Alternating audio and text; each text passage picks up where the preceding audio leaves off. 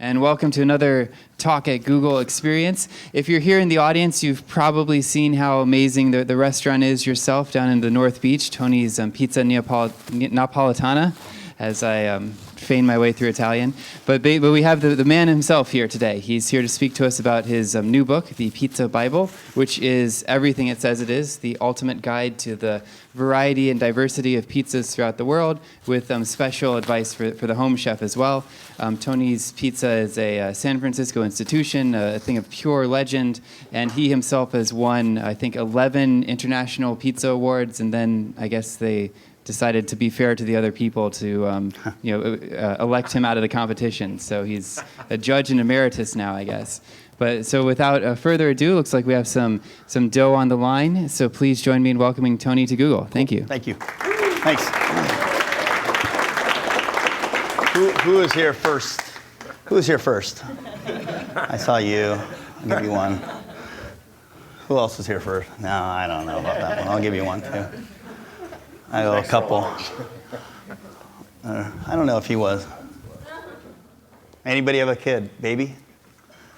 Like baby? Somebody have a baby? Nobody has babies?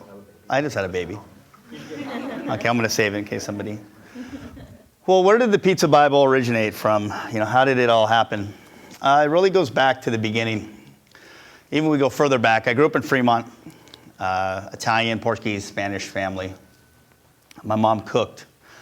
And when I see my mom cook, she was a housewife. We would come home from school at 3.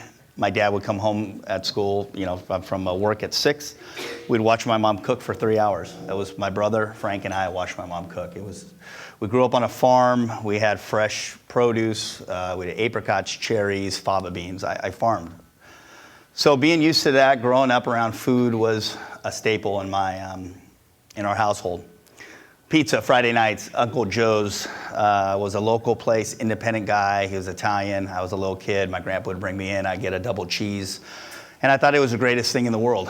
And then when I was 18, my brother had the idea of opening up a pizzeria. It was in Castro Valley. And that's where I made my first pizza. And when you think of my first pizza professionally, where somebody paid for it and they came in.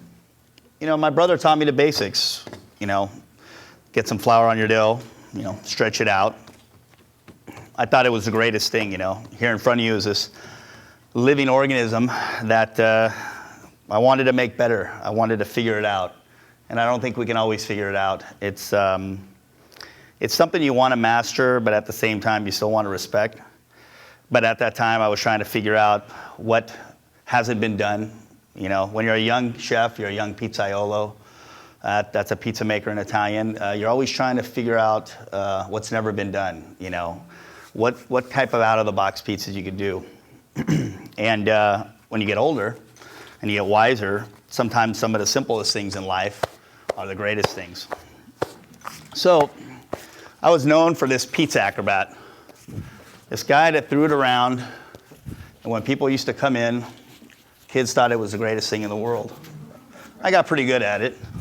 I would do things as people came around. And what was that? It was a hell of a marketing idea. It was an idea that if people came in and saw me throw, let's hope a lot of them do. Guy in the red? All right, look at that.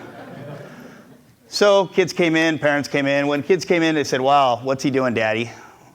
And when parents came in, they would say, well, I remember when that guy used to do that, when I was younger. It was a lost art. It was something so simple.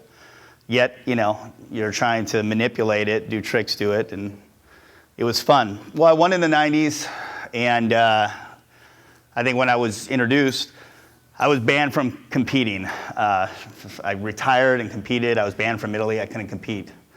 I won so many times in acrobatics. Made how-to videos. I got millions of dollars worth of free advertising. Here we were, this little mom and pop shop, and it was great. I got to travel around the world, and I got to make pizzas. I got to toss pizzas at places from Fargo to Florida to Belgium to Thailand. I was traveling with Thai acrobats when I was 23 years old across Thailand. I got to see how pizza's made all over. And when you think of the Pizza Bible, How did this guy become, good enough or sort of an expert enough to be able to do that? Oh, it was a lot of times. It was 16 years of traveling on the road. I was fortunate. A lot of pizza guys know one style. They stay in their restaurant. We do New York. That's it. Well, I was fortunate enough to work with guys from Detroit, see St. Louis style pizza, work in New York, work all over, and really understand regional pizzas and Italian style regional pizzas. Yeah, it was funny. I went to Naples in the year 2000. I was on my honeymoon. We were on our way to Sorrento. I told my wife, I gotta stop. I gotta go by Naples. Here's this pizza guy in the industry. If you look at it, it was the year 2000. I got into the pizza industry in 1991. Thought I knew it all. I said, I got to see this. We went to Trianon.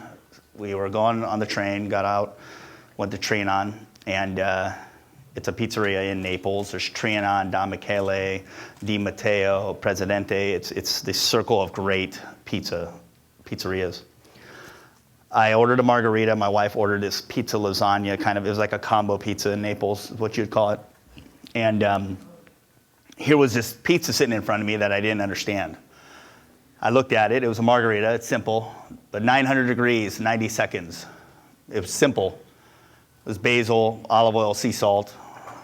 It was mozzarella fior di latte. It was a cheese pizza with basil on it, but it wasn't that. I didn't know how to do it.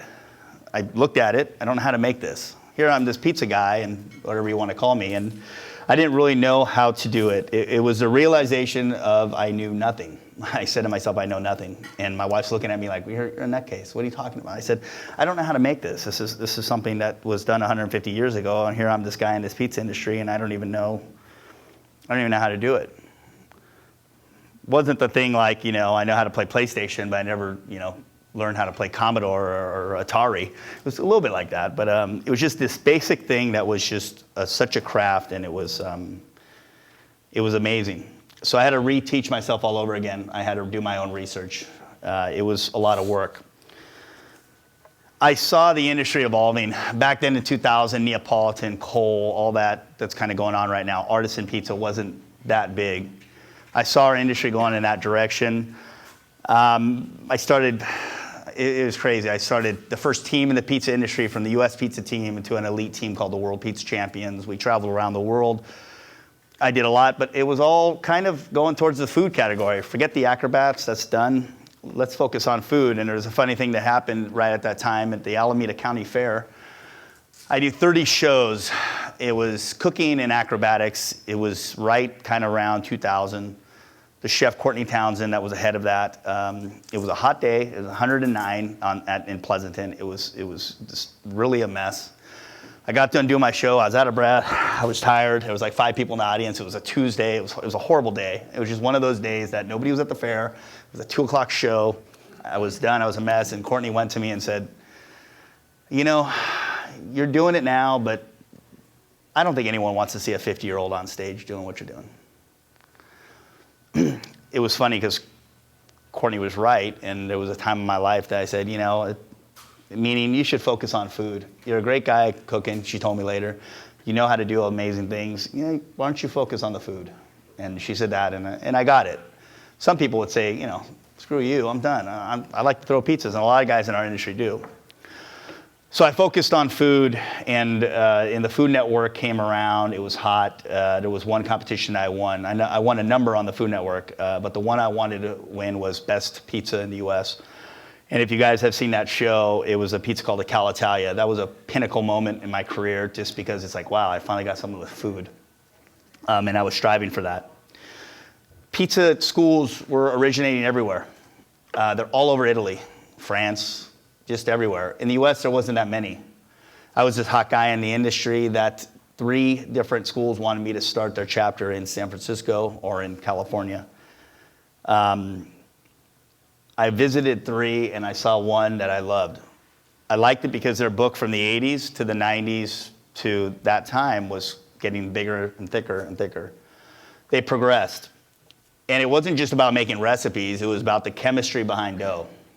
Simple sugars, yeast, complex sugars, There was the whole chemistry behind the whys and the whats.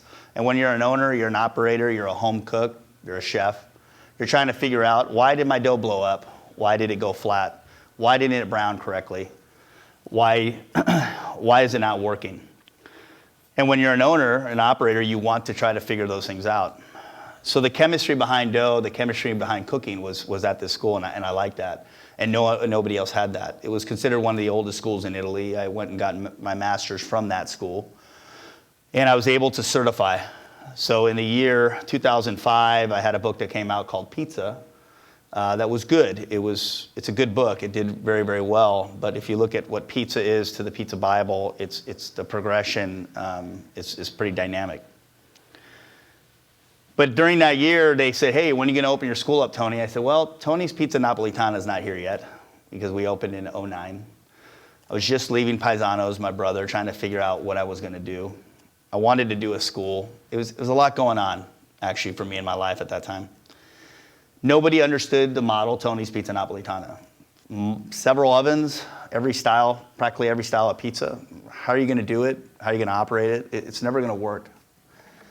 9 out of 10 people told me they don't get it, and it's not going to happen. It's not going to work. You're probably going to go out of business. And these are operators. These are guys in the industry where you look up to. So I decided to, and at that time I was practicing Neapolitan pizza at my house. I was a guy who was certified in pizza, but I wasn't Neapolitan. Let me just kind of tell you, the Neapolitan arena is in its own arena of its own. It's guys that run Pizza Classica, pizza, like Sicilian style pizza, pizza Romana. That's a category, but the Neapolitan category is very hard. It's a trade you don't see it around that often, and people may say Neapolitan, but most of it's neo-Neapolitan, but Neapolitan is very, very difficult. I started practicing in my backyard with beehive ovens, and we were talking about that a little bit ago.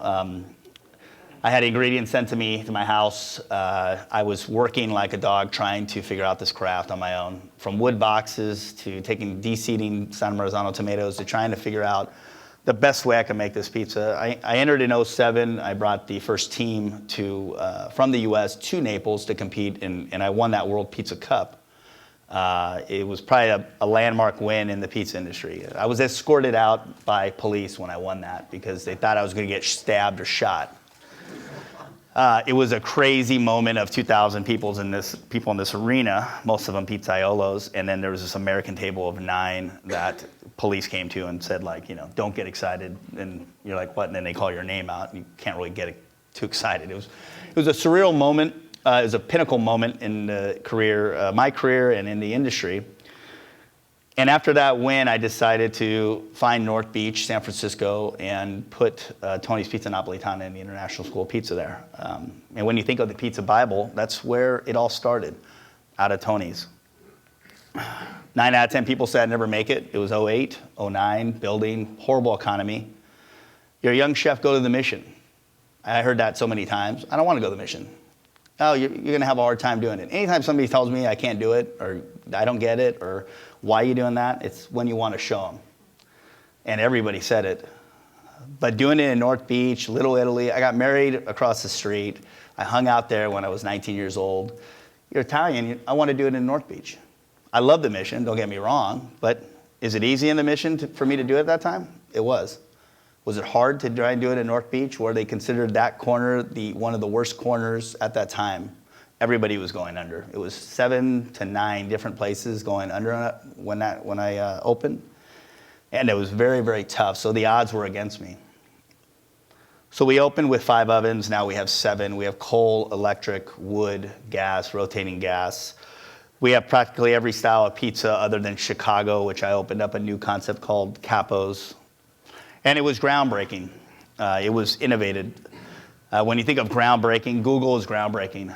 Google is innovated. I mean, obviously we're here, and it's one of the most amazing, campuses, areas, places to work, wherever you would like to call it, that I've ever been to. So to create something that was, monumental in an industry, it was exciting. It was exciting times, when you're thinking of that startup or the early years of Google, and now, of course. It's that exciting time to say, we can do it, we can do it. And that was really exciting to me. Bringing regional styles, national styles to a place where everybody lives. If you're from St. Louis, I have the Provel cheese that you probably are used to. If you're from Wisconsin, you've heard of brick cheese and you're making Detroit-style pizzas in Detroit, I'm using the brick cheese. You know, there's important, when you think of books that have been written, do we have room for another book? Is there room for another pizza book? Yes. There was room for the Pizza Bible. You know, I wrote one 10 years ago. I wrote a children's book after that. But when it comes down to it, you know, do we need another book on our shelves? And the Pizza Bible is a book that every professional will have and every home chef will have to get. It's a user-friendly book that is unlike any book. Is everything in it that I wanted?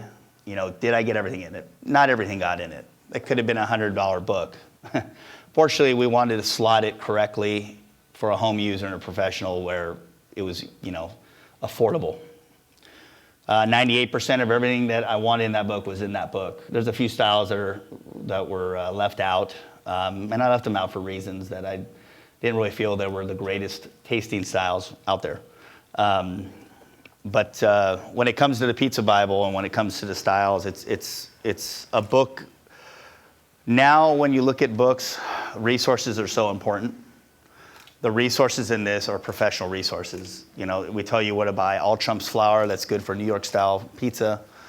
Power flour, that's great for your home oven. When you think of specific ingredients, a lot of home chefs say, what am I doing wrong when they make pizzas? It's the first question I hear all the time, or they just come to me and make that statement. What am I doing wrong? I can't do it like the, you know, pizza operators. It's not that they're doing something wrong. A lot of times it's that they're just not using the right ingredients. Ingredients are a key. Quality ingredients are a key. You go out to your food court out here and you're eating and everything's quality. It tastes great. It's amazing. It's fresh. And obviously, I've been to food courts like this where everything tasted horrible. It's a key element to cooking, and it's important to understand. And the chemistry behind dough, and I talk a lot about that.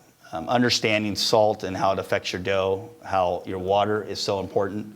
The variables from day-to-day operations are amazing. I mean, humidity, when it comes to, you know, hot, cold, elevation, they're all factors when it comes to, you know, your dough, and it always kind of comes back to your dough because your dough is the hardest thing. So I'd love to be able to take some questions from you. I had a couple questions I kind of answered in my speech right now that somebody emailed to me that wanted to know. I don't know who it was, but it was somebody else. We're just going to watch it on later on. But if you have any questions, I'd love to answer them. If you want to have some books signed, I'd love to sign some. Without going into the specifics of Napolitan pizza, what is it that makes it different for those of, you know, like people who haven't been to Napoli and who haven't tried it really? It's a great question. So Neapolitan pizza, it's soupy. It's wet. It's sloppy wet sometimes. You know, when you have a Neapolitan pizza, it's 90 seconds, 60 seconds, 900 degrees, a fresh mozzarella that's wet, olive oil that's obviously wet.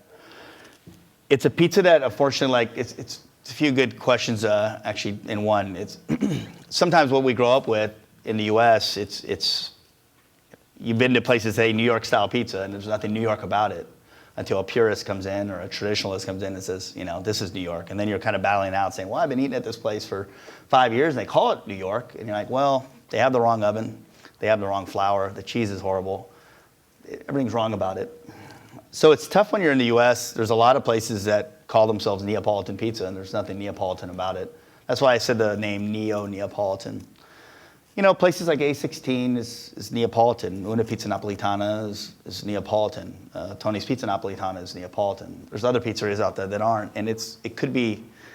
I don't like people to get, not necessarily lied to, but if I'm getting something that that's called something, I want it to be that. And I think that's very important. You know, Neapolitan pizza is typically a 00 flour, and if you've ever heard of 00 flour, it's a type of refinement. It's typically those flours are from Naples. It's a very simple sauce. It's sea salted San Marzanos. There's not oregano or garlic or all these different seasonings in this tomato sauce. It's basil, it's olive oil, it's simple, really under the guidelines. It's 3 different types of pizzas: the marinara, the margherita extra. You could put other items on those pizzas, but you know, the simplicity of that pizza is what it's all about. And like I said, some of the simplest things are the hardest things. It's not about pepperoni on top of that. It's not about putting your basil on after. It's that basil is cooked on that pizza. And that's the style. It's not cooked at 3 minutes. It's not cooked at 5 minutes. It's charred, chewy, wet, sometimes soupy. It's not crispy. Charred and crispy are two different things. Charred is charred. Crispy is, you fold it up, you eat it, and it's, it cracks, but it doesn't break. So it's very important to understand that. There's no pastes or agents that you put in to sweeten the sauce. It's about the tomato, it's about the flour, it's about the basil. If that makes a little sense to you. Yeah, it's a soft, very delicate type pizza. And you could eat it with a fork. It could be uncut. It could not. I cut mine because people would be pissed off and sending it back to me all the time saying, "Can you cut my pizza?" And when you're on a line doing 500 pizzas a day on one single line, you're like, you'll go crazy. 11.5, 12.5 inches big. You're not looking at small, medium, extra large. You could have a starter in that dough. Typically, there's not. Some people right now, the question that somebody sent me was, what makes a perfect pizza? Somebody sent that to me last night on an email. And really, when I think of a pizza, it's about balance. It's not about over-complex doughs. It's not about the sourest starter that you have, and you're like, do you taste this starter? I like to taste a little bit of starter, and I like to taste a little bit of complexity.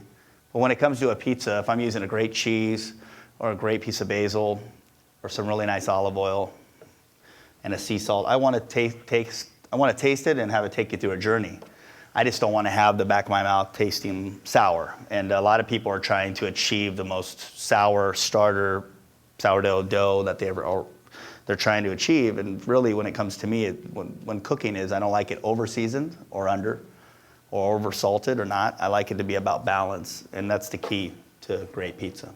You mentioned moving from your old restaurant and opening your place in North Beach, and a lot of skepticism from other people about whether it would be successful. It's obviously very successful now. It's always packed in there. Yeah. So I'm curious as to whether you encountered unexpected challenges with maintaining a high quality of a large number of different types of pizzas at a high volume. And a possibly related question, why 73 margaritas per day? That's a good question.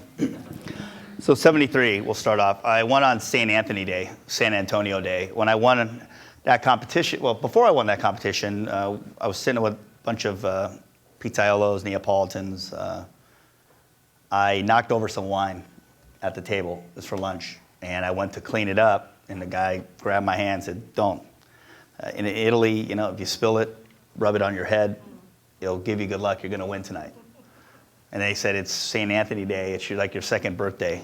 It's your lucky. I'm Anthony, so it's your lucky day today. So it was kind of a joke during lunch.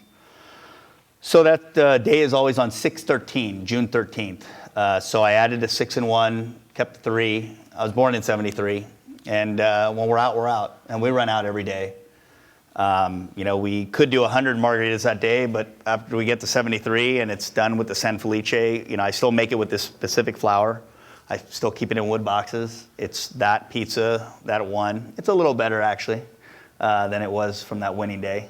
If I go back to that pizza and look at it, it was interesting. I had to give it. It was a tough competition. Nobody wanted me to win. Every single judge that I had was just pissed off. It was an odd day, but those judges asked for another piece.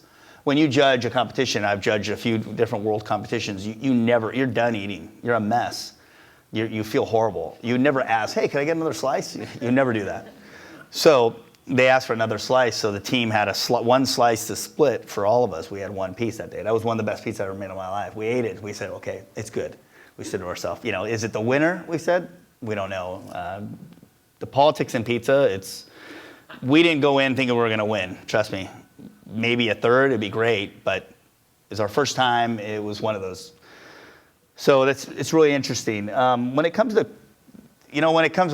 the styles that we've incorporated in the more, are we better than we were on day one? Tony's is better. My team, my crew in the back, 70% of them have been with me from the very beginning. Chef Laura, Tiago, they're both world champions now. So I've kind of carried this 11-time world champion, won all these things. A lot of people don't know that Laura, my chef, has won 2 world titles. Tiago has won a world title. And Matt at Capo has won a world title. Italy, so I have a seasoned crew of Babe Ruths and Michael Jordans, really. At the beginning, if you came into Tony's, it was hard. It was a new concept. Guys I got from whatever, North Beach Pizza, Cybel's, whoever came, and bad habits. They needed to know how to make pizzas a certain way. There were things that nobody even knew what the heck they were. Nobody was really doing those. So I would say we've expanded a lot since then, mostly because of the space. Did I open up with enough refrigeration? No. Did I open up with enough storage? No. Thank God I bought the deli next to me, and I added the coal oven and the Rotoflex oven. But now we're making our pasta fresh. We didn't start at that in 2009. We're pulling mozzarella for one specific pizza. It's the Guinness pizza that we make. Only so many a day. We case all of our sausage now. If you look at what Tony's was in 2009, it's amazing. It was great. But if you look at it now, I mean, it's an institution, and I'm proud of it. And when you think of the Lombardis of the East Coast, I mean, I think you think of Tony's of the West Coast. It's just there's no place you can go where you have a Roman, Sicilian, Detroit, St. Louis, and I get operators in every day, and they'll get every single one. They're looking at the bottom, just like, oh, that's what it is, huh? And then it's funny, and they're quizzing me, and I'm like, so what restaurant do you own, or which one are you going to open?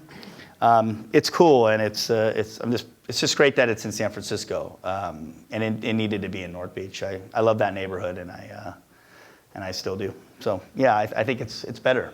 Yeah, it's way better. It's hard though, keeping consistency up. Ordering the product's fine. That's not the consistency's the toughest. I'm lucky I have a great crew, and my general manager right now. If you look at our management, it's never been better. Yeah, I'm pretty happy with them. So my whole family are pizza nuts, and we love having it. We have it several times a week.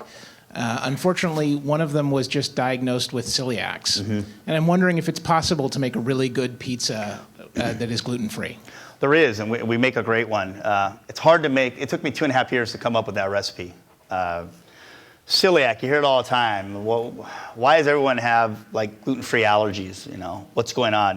When I was younger, did my parents hear about it? No, my grandparents, nobody had it. Now it's here.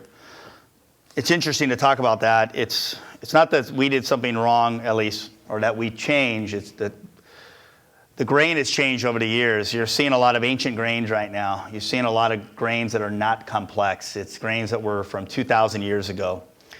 Every time they picked that grain, reharvested, changed it over the years, that grain became very, very different. And there's multiple grains inside a bread or a flour. And then when we eat it, our body doesn't recognize it, and they don't process it, and we're getting sick from it. We kind of did it naturally. I don't think we did it really on purpose. It's just farmers did it. You reharvest. You find better areas to replant. You try and get the strongest one, the best one. So the chromosomes changed, and it's different now. And gluten-free is here. It's here to stay. There was something said yesterday that, is it a fad? I don't think it is at all. I sell 350 gluten-frees a week. I sold 50 gluten-frees a week 2.5 years ago. I mean, it's elevating, it's going. What makes a good gluten-free? There's a few things I like to add. Agave nectar, I like to add to it to slightly sweeten it. I like to add some rosemary and thyme. I add to mine to make it a little more exciting. You can add egg whites to it to fluff it, because a lot of times they're just really super thin. But when you look at binding agents like potato starches, xanthan gum, you always need some sort of binding agent. I'm not big on egg in my gluten-free, especially in Italy. If you ever go compete in gluten-free, if you ever put egg in it, you always come in last. They hate it. They hate the additives. They're trying to get more natural. Rice flour, tapioca flour, those are the two key flours that I like. So yeah, it is hard. The water absorption rate, there's no, the leavening agent. When you think of gluten, there's four proteins really in flour, and there's two proteins that are missing. So when you want to make dough and like have it rise in a ball, well, there's a gluten net that makes it very, very strong, and like a helium balloon, you blow it up and it'll hold forever. Unfortunately, gluten-free doesn't have that, so it's tough to make a flavor profile in it, because it's hard to, you can only put so much yeast in it to make it taste the way you want it to, but you don't want to over yeast it, because then it'll just be all wrong for you. you got to come to Tony's and try our gluten-free. You'll love it. Cooking on a stone is important. We have one dedicated oven. We don't put our gluten-frees in the same oven, which you really shouldn't do. We try to make it away from where the flour is. We do as much as we can to get it away from all the flour. I think it's important when you go to a pizzeria, you should ask, do you put your gluten-frees in the same oven? If they do, it's not the best thing for you, actually, but a lot of guys are doing it wrong. Do you have the recipe and information like that in the book? I don't. This one I left out. We mentioned cup for cup in the book. It's something my partner, Susie, worked with Thomas Keller that came out with that. We thought it should be, if we're doing a gluten-free book, we may just save it for a gluten-free book down the line, and that's why we didn't put it in. We mention it, but we didn't talk about it. Come by. You can always talk to me, and if you wanted to buy a couple shells to go and bring it back, I would sell them to you. I had that same experience that you did. I was raised on typical American pizza, and then I went this last month to Rome, and I had the most incredible, simple, and it was really almost cracker thin, just right with the really fresh ingredients. Is that one of the hardest pizzas to make, and do you make that? Roman style that's pizzas, called? I do a thin crust Roman style. There's two. Roman can be tricky. It could be thin, it could be thick. It could be cooked on a pan, it could be cooked on a stone. A lot of it is putting ingredients on afterwards. It's the finishing ingredients. Typically when we're making a pizza, we want to put everything and cook it all at once. But in all reality, in the pizza business, our finish line, the ingredients that go on after, is typically bigger than our make line. So it's a lot of times in Rome, you'll see great fresh mozzarella, basil, tomato, peppers that are all on it that are very bright and vibrant and fresh, and most of those ingredients go on after the bake. Making a Roman-style pizza, yeah, we have probably one of the only Roman-style pizzas in San Francisco. Mine is thin, and that's the way I like it. I talk about it in the book. Typically your hydration is slightly higher when it comes to that. More water in your dough, crispier crust. We're always trying to achieve more water in our dough. And typically Roman is a high hydrated dough. Sometimes you think more water in your dough is a soupy pizza and a wet pizza. It's not. During the baking process, it's the opposite. But yeah, I love Roman style pizza. It's one of my favorites. And not knocking American style pizza. I'm not saying American style pizza is like horrible. But there is one word called digestibility that's important. And when it comes to digestibility, it's a key factor to pizza. When I'm making dough today, am I going to feed it to you in 6 hours, 12 hours, 24 hours, or 48 hours? If I were to feed you your dough at 6 hours, you'll feel horrible. You're not going to feel too good. You'll feel pretty good. You'll feel great. Because yeast feeds on simple sugars. The longer you let your yeast feed, the less digest that you have to do, meaning that you're letting the yeast feed on the simple sugars for you. So would I rather have old dough than young dough? Yeah. And in America, typically that dough, a lot of the times, are made that day. The worst thing you could do is make dough like this morning and just give it to you tonight. You'll feel tired, feel like you want to go to sleep. And really, when it comes to that, it's some of the worst habits that you see in our pizza industry. You want to really make your dough and use it 24 hours, 36 hours, 48 hours. And Italy understands that a lot more. Europe understands that a lot more than we do. Go ahead. Cooking on a barbecue pizza. Yes. Any tips? That's all I have is a gas barbecue. Yeah, a lot of tips. So, what type of barbecue? Gas barbecue. Okay, so you have your gas barbecue in front of you. Do you have how many flames? Do you have 1, 2, 3? 3 north-south. Okay, nice barbecue. No. And I've got a glazed stone. So no sugars in that dough. One thing. Even in my dough recipe, I like a Neapolitan dough recipe on the grill. Why? Because it's used to cooking at high heat. We're cooking at 900 in a wood-fired oven. That dough can handle it. Doughs that are high gluten, high protein, you don't want to use. A lower protein, a lower gluten, like a Caputo 00 is great. No browning agent. You don't need any oil in that. You don't need a fat in that dough. I like to have my grill on medium. I like to go ahead and get my dough ready, and you can either lay it on or slide it on with a peel. You're going to cook one side of it, and that side is going to have grill marks. If it's on medium and it's right, 30 seconds, 45 seconds. 600 degrees? At medium, if you have it. You have 600. You're going to slide that right on your grill. You're going to then peel it off. I'm going to go ahead and lay that other side down, the grilled side down, top my pizza, and then slide it right back on my grill. And this side is the unmarked side. The only way you can grill a pizza correctly and cook the top of it is to give some to close the lid. If your bottom's now done, you check, you open it, and 30 seconds later, your ingredients aren't melted that great. It's half done, but your bottom's burning.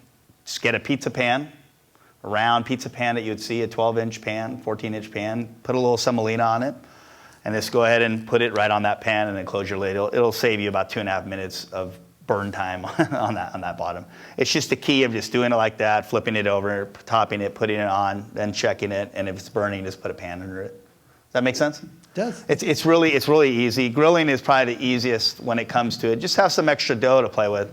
People spend a lot of time talking about flour. Yes. But what about water? You know, people say that for like New York water has something special in it, or maybe Italian water. Italian water's great. Water is the key ingredient. It's the second highest ingredient that goes in your dough. A lot of people from Florida have horrible pizza. And the typical, I run a school, I certify 60 chefs a year, approximately. If I have somebody from Florida, they'll say the pizza sucks in Florida. I say, yeah, it does. I said, tell me how you make your dough. Okay, well, we use this. Okay, do you drink the water in Florida? I said, never. It's horrible. Do you use it in your dough? Yeah, it's all the time. Well, doesn't make any sense. Why? Well, it's horrible. It's cloudy. It tastes horrible. Moderately hard water is important in dough. Hard water is bad. Vegas, I have reverse osmosis in my restaurants in Vegas. I have one in Sacramento. San Francisco water is amazing. As you get to San Diego, it's bad. LA isn't the greatest. The Midwest is interesting. Chicago is great. New York's great. Does water make your dough taste great? No, but it really makes your dough perform. It makes it conditioned. Doesn't make it dry. Your yeast works way better when your pockets can open. So water does a lot of things. Your leavening agent makes your flavor. Your yeast really makes your flavor in your dough. Great water and strong yeast, the yeast is going to overpower it. So New York water, San Francisco water doesn't really make your dough taste great, but it makes it perform, makes the yeast come out, makes the pockets better. It makes it feel better. It does all sorts of great things. I don't like chlorinated water. Super hard water, I like to use filtered water. Or reverse osmosis, or San Francisco. I don't do anything. The water in San Francisco is great. When I was making dough in Walnut Creek compared to San Francisco, I used 0.5% to 1% more water. Just was a little harder over there. A rule of thumb is if your water's hard, you back off on the salt a little bit. If the water's soft, you'd up your salt. Typically when you have your batches, baker's percentages. I have 100 pounds of flour in my batch, and I say make it 2% salt. Well, that means 2 pounds, right? If I said make it 60% hydration, it's 60 pounds to 100. It's always based on your flour weight. A rule of thumb is 2% to your flour weight salt is always kind of a good number. If I'm tasting my water and it's super hard and I don't have anything, I can't do anything about it, I would back off on my salt, because salt makes your dough strong. It makes it hard. It makes the gluten net very stiff, so I would back it off a half a. When I won in Naples and I was at the hotel, a rule of thumb is you taste the water, it tastes horrible, don't use it. Canada, all these guys, Japan, were all making their dough. Everybody was talking about water. They used bottled water. They all went to the store and bought bottled water. I didn't, because I said to myself, guys in Naples aren't buying bottled water. I bet you the sulfur flavor I taste will be more common to these Neapolitan judges.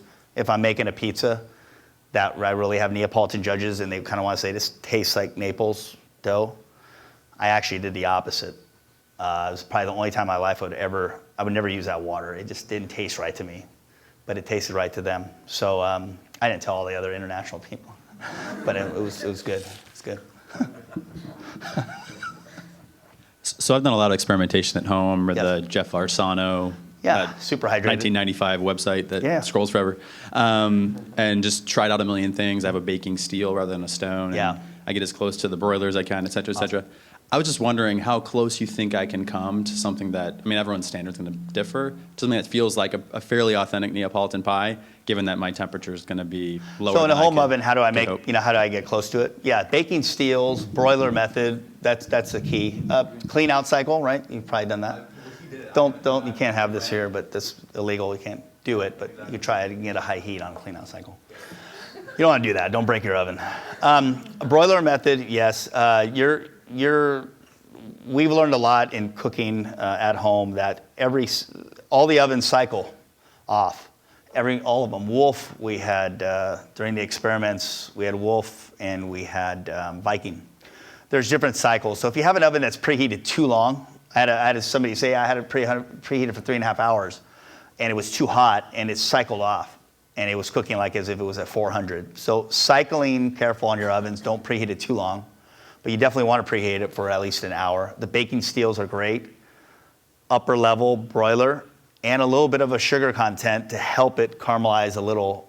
Typically that's not found in a Neapolitan dough recipe, but for that, you'll see in my book that I talk about all that, trying to get it as close as you can. You'll get if you do it perfectly, you'll get about a 2-minute bake almost, 2.5. It's hot, you have to half turn it. Convection bake works well. We didn't talk about it much in our book because not everybody has convection bake. People will say, hey, why don't you talk about convection bake? Well, when it comes to reality of everybody else in society, everybody does have bake. Not everybody has convection bake, so we base it on bake.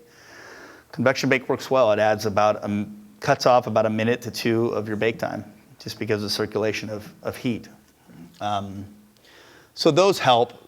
A lot of times, I did a recipe for a pretty big magazine, and I gave them a Neapolitan recipe, and they're busting me up saying, "Why do you have sugar in it?" I said, "Well, because you're unfortunately the American people in their home ovens are off by 400 degrees, right?" So you kind of have to, and you got to explain why when they make it out of your magazine, why it's coming out like cardboard, like hard. It's not, it's crispy. It's almost like cracker-like if you try a 00 flour in a 500 degree oven. It's the opposite ends of the earth. You'll make this recipe and you'll be trying to, this is not Neapolitan, it's horrible. Because it's the wrong flour for the temperature. So, I had to explain to them that, all the recipes you had in the past don't call for sugar. Yeah, I don't use it, but you have to put in parentheses saying for a home oven, you should add some malt or sugar or some sort of browning agent, which is important because the recipe's not going to look like a picture, if that makes sense. And it was a pretty big magazine I was fighting over, and they finally put it because I said you have to. So that's in the book, a lot of that stuff. Yeah, it's all in the book. Yeah, I have a wood-fired section. I have a section that I thought was a key in the book because there's not that many pizza books that have wood-fired or home or talking about the different methods and the techniques. But baking steels, 2 steels are the way to go. Yeah, not just one. Stones or steels, 2 are the way to go. It's always great to start your pizza on one, cook it halfways, and then finish it on the other. In the pizza business, do we cook in one spot and never leave it? No. If we have an oven like this, I throw a pizza in, I cook it in that circle. That's the cool spot. Everything else in that platform in my oven is a hot spot.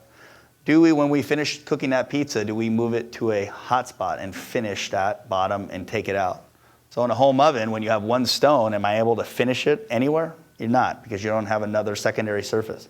So invest in 2 stones or 2 steels, and it'll make your bottom totally different. If you're a home chef and you want to start making great pizza, what's the easiest thing to start with?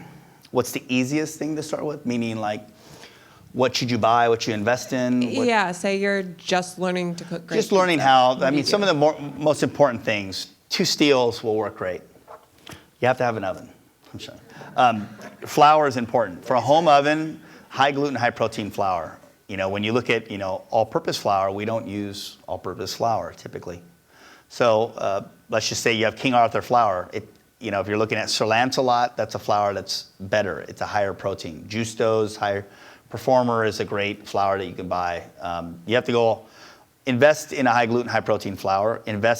Put a browning agent in your dough, a sugar or a malt, a honey, a molasses, something that will help it caramelize. At 500 degrees in the pizza business, pretty much everybody has a browning agent. But you'll see recipes that say that won't have it.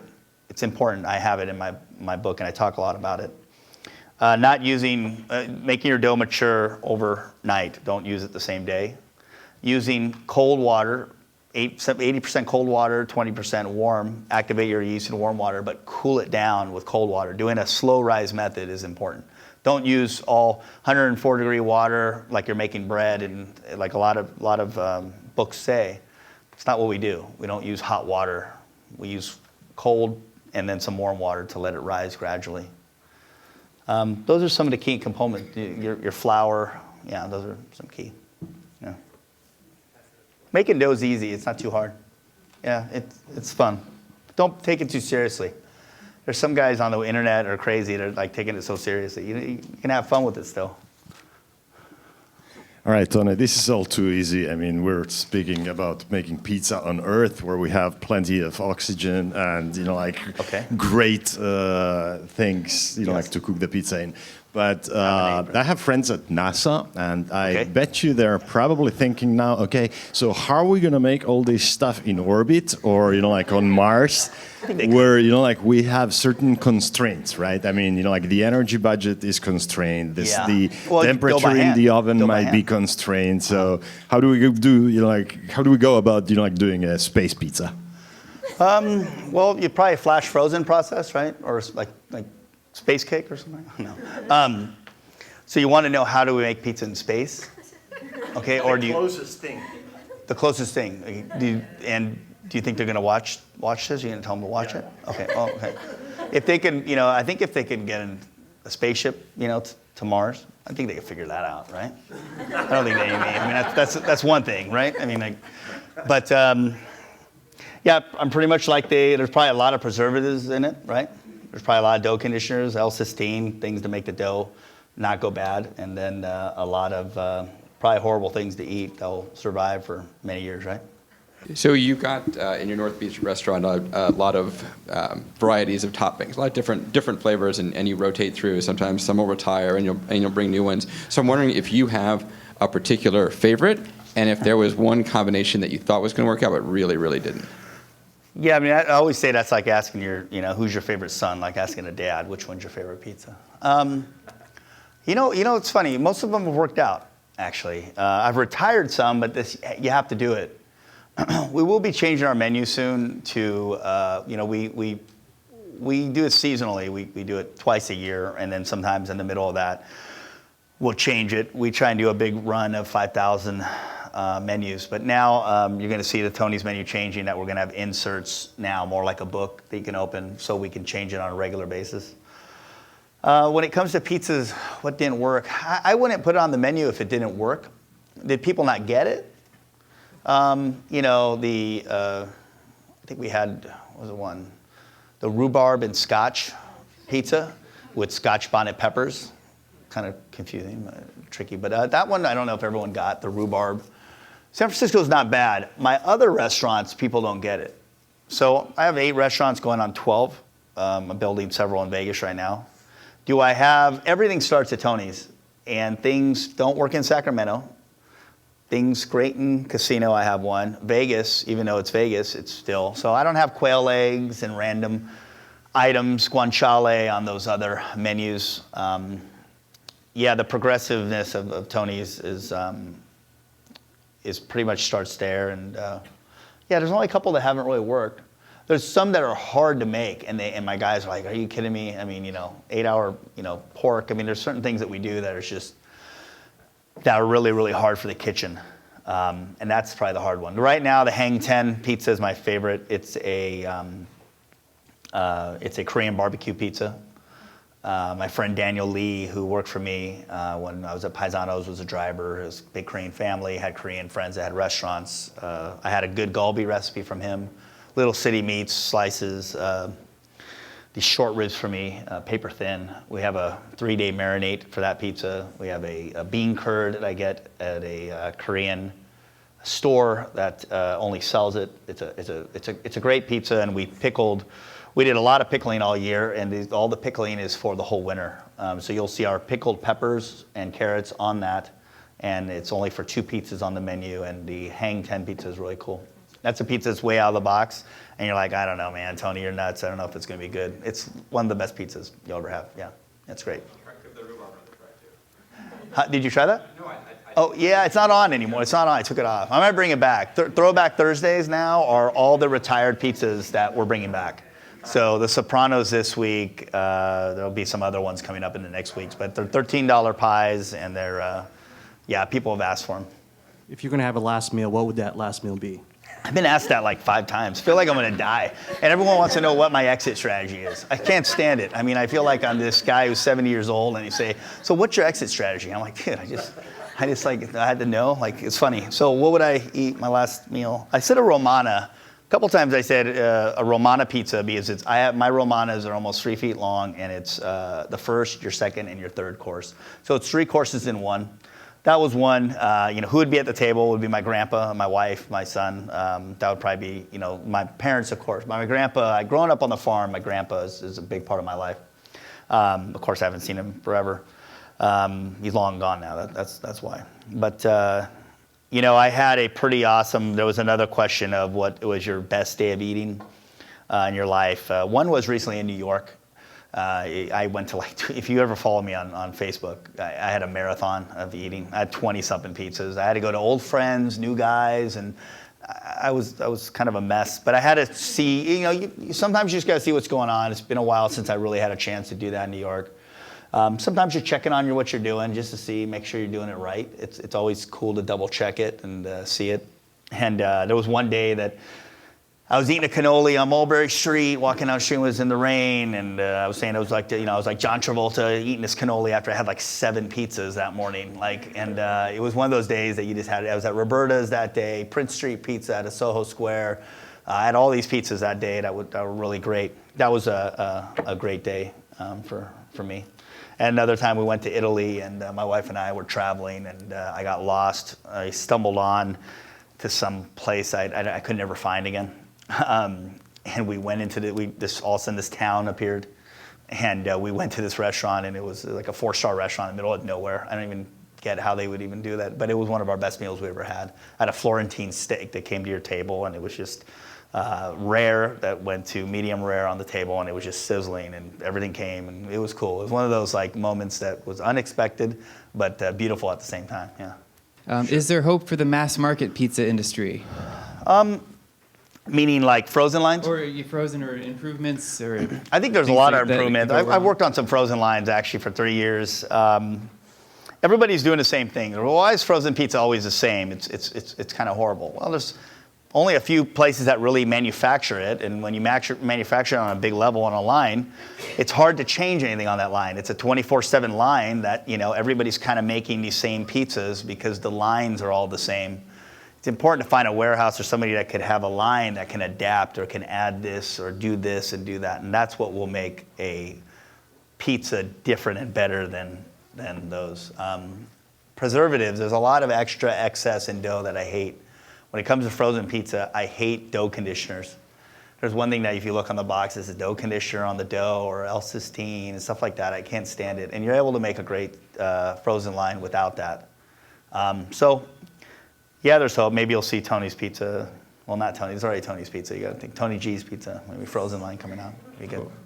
All right. So with that, thank you very much for stopping by Google. Yeah, thank you very much. Restaurant. Thank you.